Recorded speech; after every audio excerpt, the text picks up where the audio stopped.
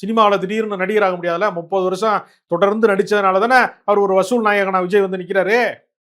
அரசியலுக்கு மட்டும் எந்த முன்பயிற்சியுமே தேவையில்லை, எந்த இதுவுமே தேவையில்லை. நான் நேரடியாக வர்றேன், நான் தான் வந்து அண்ணாவுக்கான பிரதிநிதி, நான் தான் எம்ஜிஆருக்கான இது விசில் சத்தம் கேட்டீங்கல்ல அந்த கூட்டத்தில்? ஆமா, விசில் வச்சு ஊதுனாங்கல்ல, விஜயே ஊதுனாரு, ஊதிட்டு போறாரு. அதனால என்ன நடக்க போகுதுன்னு நினைக்கிறீங்க? இல்ல அவ்வளவு உற்சாகம் இருக்கு அவங்க கிட்டன்ற.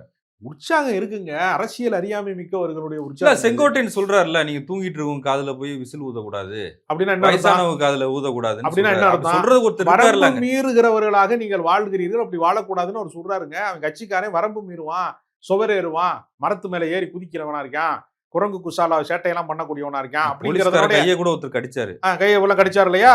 அப்ப இந்த மாதிரி வரம்பு மீறுகிறவர்கள், அவரே வயசானவர் தான் செங்கோட்டையனே, என் காதுக்குள்ள ஊதிராதிடான்னு அவர் தற்பாதுகாப்புக்காகத்தான் கேட்கிறாரு. அது வேற என்ன அர்த்தம்? அது வயசான ஆளு போய் நீங்க வந்து நாஞ்சில் சம்பத்து வரும்போது ஒரு 400 பேர் விசில் ஊதுனாங்கன்னா நாஞ்சில் சம்பத்து காது கேட்காத, அப்புறம் பேசுறதுக்கு முடியாம போயிடும். ஏன்னா காதுக்கும் தொண்டைக்கும் சம்பந்தம் இருக்கு.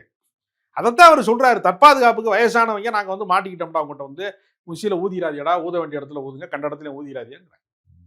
ஆனா ஊதாம இருக்க மாட்டோம்னு இன்னொருத்தர் பேசுறாரு அந்த கூட்டத்திலேயே. என்ன வேணாலும் பேசட்டுங்க. 2026 தேர்தல், நீங்க ஆட்சியில் பங்கு, அதிகாரத்தில் பங்குடைய தெருப்பக்கம் எவனுமே வரல. இந்த வினாடி வரைக்கும்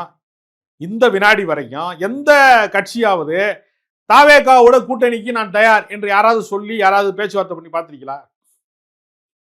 யாராவது ஒரு கட்சி, தொண்டர்கள் இருக்கிற கட்சி, நான் சொல்றது லெட்டர் பேட் கட்சி சொல்லல, தொண்டர்கள் இருக்கக்கூடிய கட்சியில ஏன் லெட்டர் பேட் கட்சியுமே யாருமே போல, யாராவது போய் அவருக்கு ஆதரவு தெரிவித்தார்கள் நீங்க சொல்லுங்க. முஸ்தபாங்கிற ஒரு தனி நபர், அவரை வந்து நீங்க அரசியல் இயக்கமாக நீங்க இஸ்லாமிய சமூகத்தினுடைய அடையாளமான பார்க்கவே முடியாது. அவர் ஒரு தனி நபர், அவர் ஒத்தாளா வர்றாரு, ஒத்தாளா போறாரு. அவருக்கு ஒரு ஓட்டு தான், ஒத்த ஓட்டு முஸ்தபா, அவர் அவ்வளவுதான். அதுக்கு மேல அவருக்கு ஒண்ணுமே கிடையாது. இவருக்கு பின்னாடி யாருமே பின்தொடரல. என்ன காரணம்? ஆட்சியில கூட நான் பங்கு தரேன், அதிகாரத்துல கூட பங்கு தரேன், நீ ஆட்சிக்கு வந்தாதானே பங்கு தர முடியும். சக்திகள் இருந்தாதான் செய்யணும்னு இல்ல, இல்லாமே தனித்து நிக்கலாம்னு சொல்லிட்டாரு. நேத்து தனித்து விடப்பட்டிருக்கிறார் விஜய், அதான் விஷயம். அரசியலிலே தனிமைப்படுத்தப்பட்டிருக்கிறார். அவருக்கு என்ன கொடுக்கப்பட்ட அஜெண்டா என்ன? திமுகவிலே இருக்கக்கூடிய சிறுபான்மை வாக்கு வங்கியை சிதறடிக்கணுங்கிறதா அவருடைய நோக்கம். அதுக்காகத்தான் கிறிஸ்துமஸ் விழாவுக்கு போனாரு.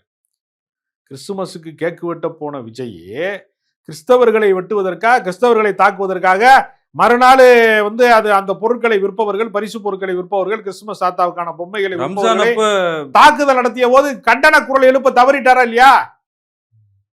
கிறிஸ்தவர்கள் மீது தாக்குதல் நடத்தும் போது நீ தடுக்க வரல.